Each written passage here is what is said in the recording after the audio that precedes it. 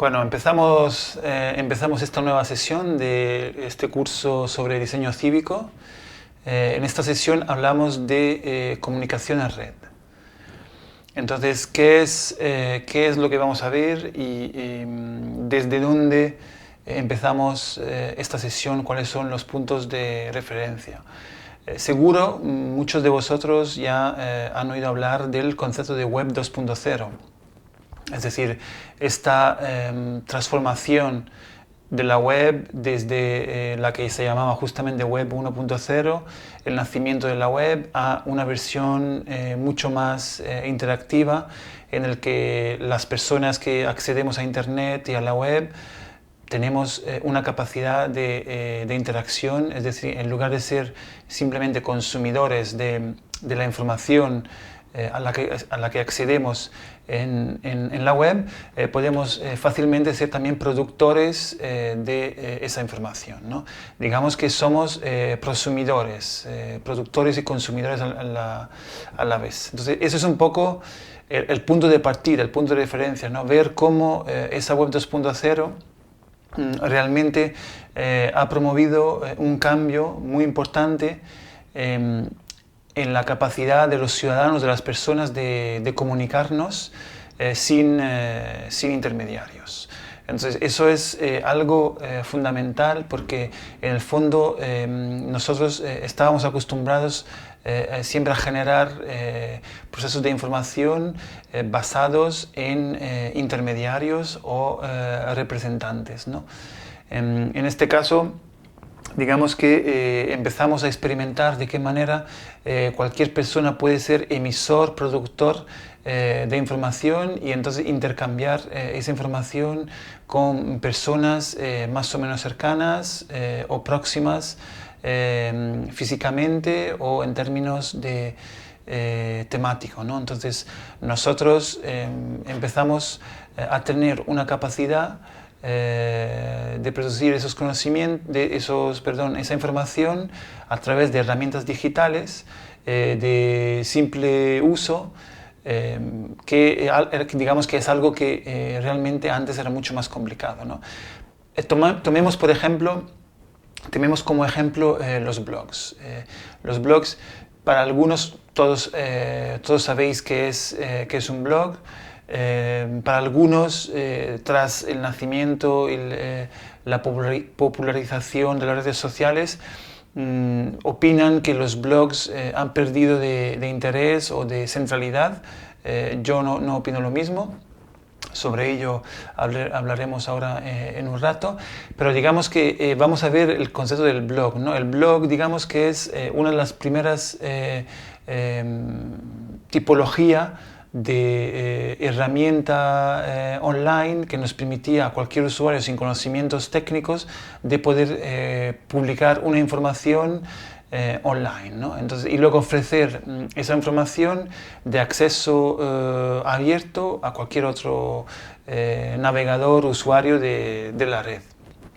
Entonces, el fenómeno de los blogs justamente es el que quizá más visiblemente cuando, digamos, de alguna manera se populariza incluso el concepto de Web 2.0, nos permite visibilizar de qué manera podemos ser todos productores. El fenómeno de los blogs es muy interesante porque realmente, aunque quizás al principio nace como una idea de tener un diario digital, es decir, que cualquier persona empieza a escribir su propio diario sobre su vida de alguna manera, digamos que de alguna manera esto es como se populariza el concepto de blog. Sin embargo, con el tiempo, tampoco mucho, pero vemos cómo ese concepto se transforma y empieza a haber cada vez más personas que escriben un blog, no solamente por hablar de lo que hacen, lo que le ocurre o temas, digamos, que le interesan, sino que realmente empiezan a escribir blogs sobre su pasión, sobre su tema de trabajo, sobre una profesión en concreto, sobre una temática muy concreta, volviéndose entonces los blogs una publicación específica, especializada, sobre cierto tema, ¿no? Entonces pueden hacer un blog sobre el cine, un blog sobre la arquitectura, etcétera, etcétera, etcétera, ¿no? Entonces, ¿qué ocurre? Que en el fondo lo que está ocurriendo allí es que una persona con simple acceso a Internet, sin necesidad de conocimientos, empieza realmente a generar una revista digital, ¿no? Un magazine digital. Entonces, esto es muy relevante, ¿no? Porque realmente lo que habíamos vivido hasta el nacimiento de plataformas como el blog es que para generar digamos, una revista digital, una publicación digital, realmente se necesitaba de expertos, ¿no? Entonces, y ya no hablamos de todos los otros medios de comunicación que son el periódico, la televisión, la radio, etcétera, ¿no? Entonces, de repente, la capacidad de intercambiar información empieza a ser mucho más sencilla. Allí lo que vemos es entonces cómo al ser publicaciones especializadas realmente se generan pequeñas comunidades de lectores alrededor de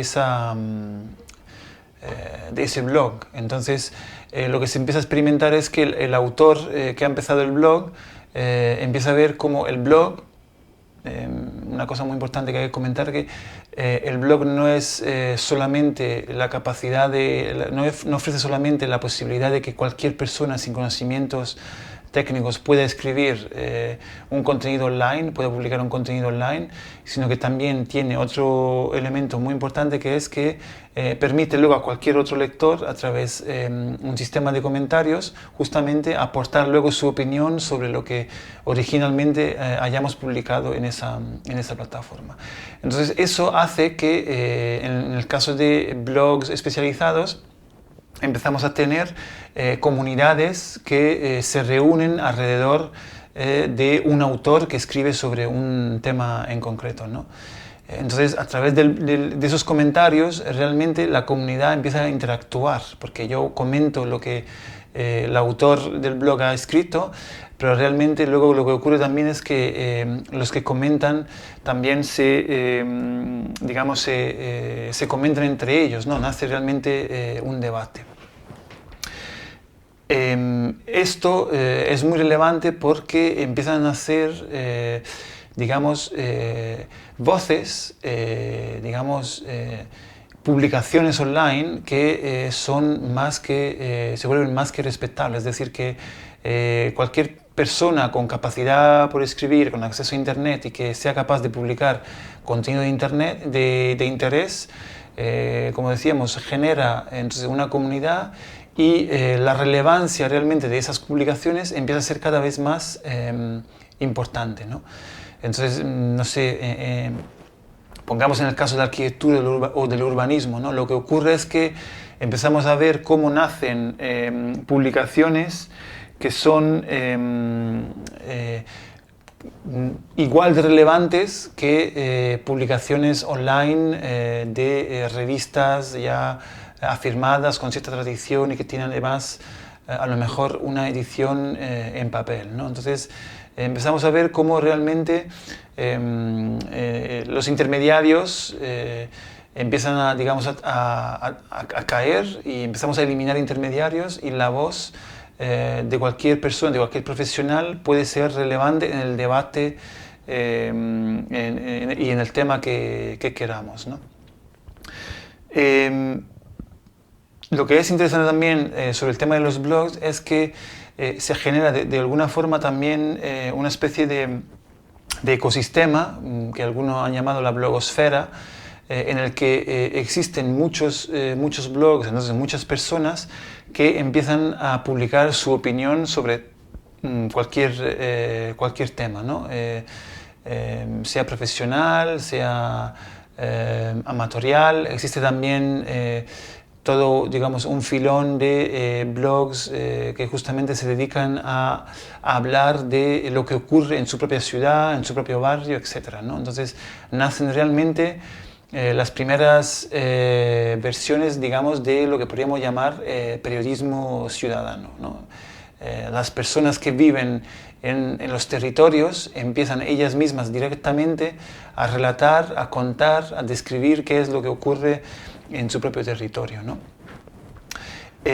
Y esto, entonces, vamos un poco a centrarnos y de alguna manera a subrayar dos elementos clave. Entonces, por un lado se ha hablado de la blogosfera, por otro lado se está hablando ya del periodismo ciudadano. Entonces, por un lado, lo que se está creando es que la capacidad de cualquier persona de producir información genera realmente un ecosistema en el que todos nos sentimos, casi todos, de alguna manera, capaces de entrar y de tener una voz, de alguna manera, legítima, ¿no? Una voz de interés. Entonces, además de poder comentar en los blogs de otros, nosotros podemos abrir nuestro propio blog, ¿no? Entonces, eso es lo que ocurre, por ejemplo, en ámbito profesional, es que se empiezan a generar voces que generan debate, ¿no? Entonces, el debate sobre un tema, en lugar de estar intermediado o promovido por los medios tradicionales, por las revistas, etcétera, etcétera, realmente empieza a ser un debate autónomo, ¿no? Un debate que nace directamente desde aquellas personas que se interesan por ello. Esto realmente se traslada rápidamente también al territorio en el que nosotros habitamos, ¿no? Es decir, que la gente empieza a utilizar esos blogs para hablar decíamos, del barrio, del territorio, de la calle, de la plaza, etc., ¿no?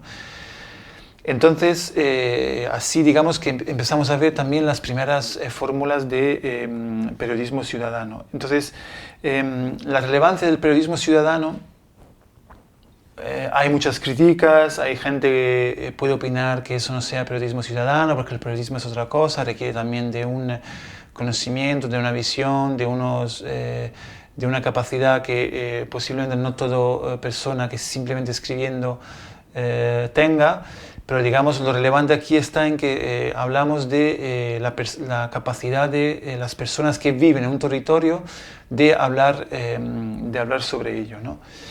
¿Qué pasa? Entonces el periodismo ciudadano también evoluciona, de alguna manera empiezan a nacer blogs o páginas que en lugar simplemente de hablar sobre un territorio, realmente lo que hacen es permitir a cualquier persona publicar información sobre lo que quiera, fundamentalmente, no solamente algo que tenga relación con la ciudad en la que viven, ¿no? Yo recuerdo en España, por lo menos, entre las primeras plataformas había una que creo que se llamaba WhatsApp,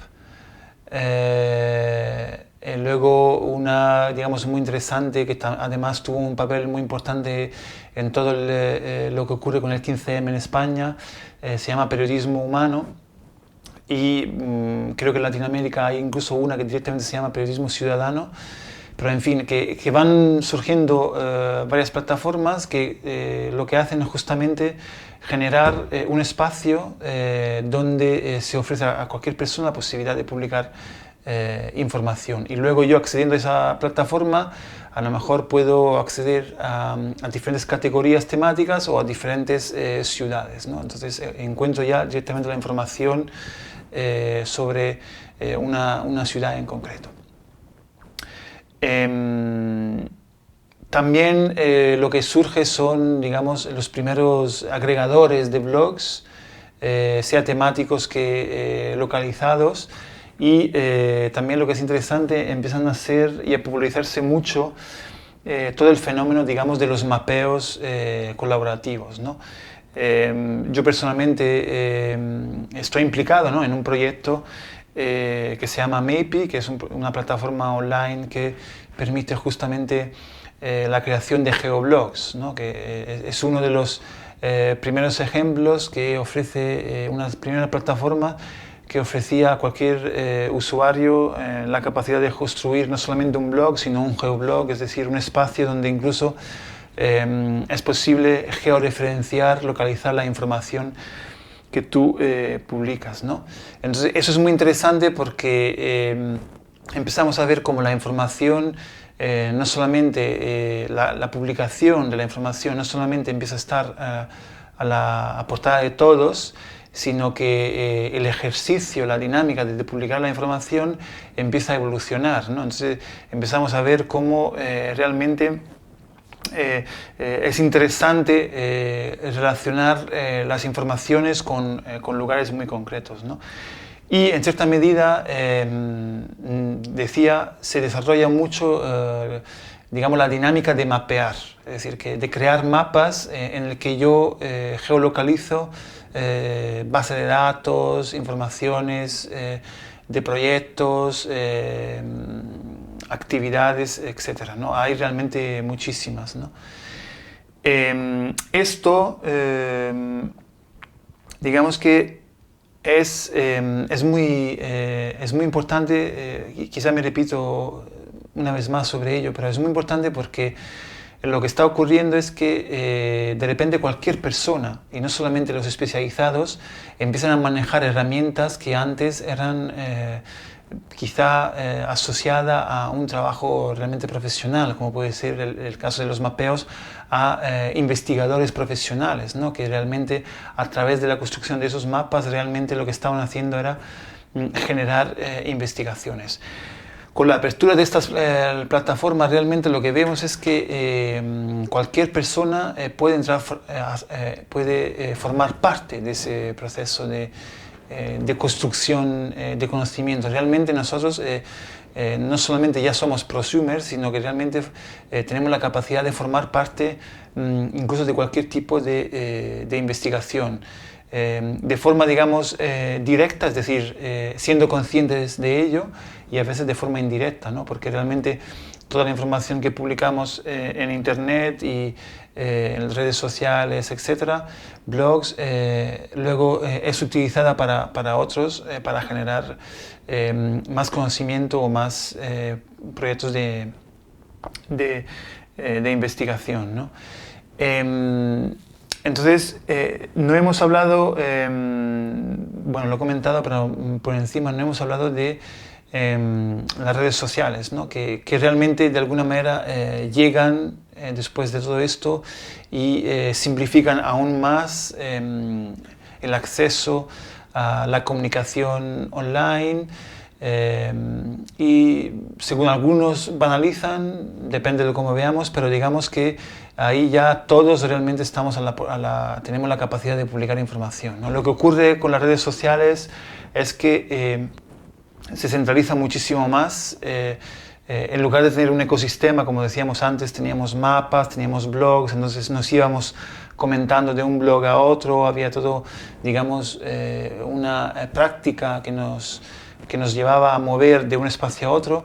Las redes sociales en el fondo centralizan y nos llevan todos a fijarnos en un único espacio, como puede ser Facebook, por ejemplo. Y cuando en Facebook publicamos el link de un post que ha sido publicado en un blog, en el fondo lo que hacemos es generar el debate dentro del propio Facebook, ¿no? Entonces el debate se desliga de la fuente en la que realmente se ha publicado la información original, ¿no? Entonces, estas son cosas que también ahora que nosotros reflexionamos sobre el diseño cívico, tenemos que tener en cuenta, ¿no? Y lo comento sobre todo para que tengamos muy claro qué quiere decir generar una nueva plataforma online donde nosotros queremos que las personas se relacionen, ¿no? Entonces, no es tan obvio que nosotros generemos una plataforma online aunque esté bien diseñada y esté todo bien hecho, todas las buenas intenciones posibles, pero no está claro que luego las personas la utilicen, ¿no? Entonces, por ejemplo, personalmente puedo decir que estoy contento, digamos, porque, por ejemplo, las fórmulas que estamos utilizando en este curso de interacción a través de Slack y del foro están funcionando bastante bien, ¿no? Y eso no es obvio, porque realmente, como decía, estamos acostumbrados a utilizar otros canales y muchas veces todo lo que se sale de Facebook o de Twitter no acaba de tener éxito, ¿no? Entonces, tener en cuenta en el momento en que nosotros vayamos a plantear plataformas de ese tipo para otros tipos de dinámica de diseño cívico, tener en cuenta este tipo de reflexiones.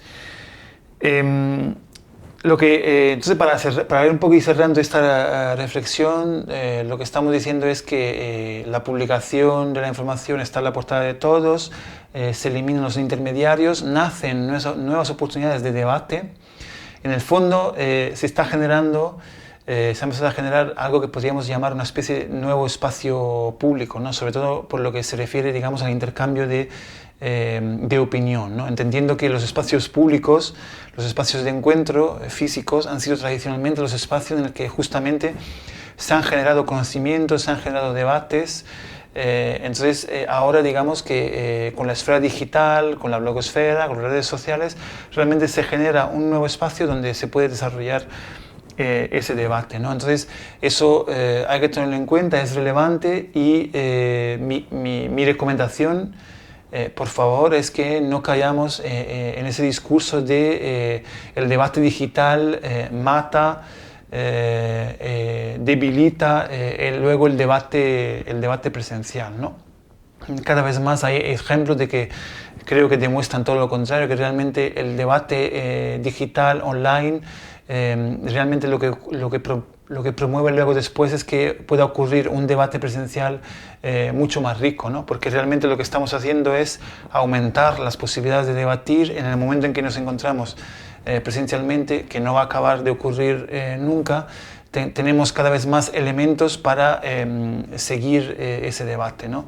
En ese sentido, para hacer referencia también al título de esta sesión, que es Comunicación en Red, lo que ocurre en el fondo es que todos de repente tenemos más posibilidades de entender, de participar más en lo que podemos definir como dinámicas de red. Es decir, que entendemos que al quitar intermediarios, en lugar de que el debate esté promovido por unos pocos y que nosotros realmente tengamos siempre a estos como referencia para articular ese debate, en la comunicación en red lo que ocurre es que se multiplican los actores y el debate realmente se va distribuyendo de una forma mucho más horizontal, ¿no? Y entonces se genera una capacidad de entender cuáles son las dinámicas de redes. Es decir, que nosotros como personas esas dinámicas, ya veremos, las utilizamos en muchas ocasiones de proyectos colaborativos, proyectos urbanos, etcétera. Pero realmente donde lo hemos empezado un poco a descubrir mejor es en el ámbito digital, porque todo es mucho más rápido, mucho más veloz, ¿no? Entonces empezamos a ver cómo tenemos la capacidad de relacionarnos con varias personas y luego visibilizar de una forma muy clara cómo otros delante de nosotros se relacionan entre ellos y nosotros de repente nos podemos meter en ese debate, ¿no? Y al ser todo visible, digamos, público, en la esfera digital, eso además amplía a que otras personas se sumen a ella, ¿no? Entonces nosotros realmente nos metemos en esas dinámicas de comunicación en red. Y lo que quiero, para acabar, subrayar una vez más es que justamente esas dinámicas se potencian en lo digital, pero realmente son transmedia, realmente luego pasan de un media a otro y pasan de lo digital a lo físico, ¿no? Entonces esas personas que a lo mejor han empezado a interactuar online, luego se encuentran presencialmente, o el conocimiento que se genera online, llevado de la mano de una persona, se conecta con otro conocimiento que se está generando offline, porque en un espacio se genera un debate que conecta las dos cosas. Entonces, espero que haya sido un poco claro el interés de lo que estamos hablando aquí, de esta idea de la comunicación en red y cómo, digamos, la faceta digital entra en estas dinámicas, los blogs, las redes sociales, el periodismo ciudadano, y luego ya más adelante veremos cómo todo eso afecta también al desarrollo de dinámicas de diseño cívico, procesos de diseño cívico, etc.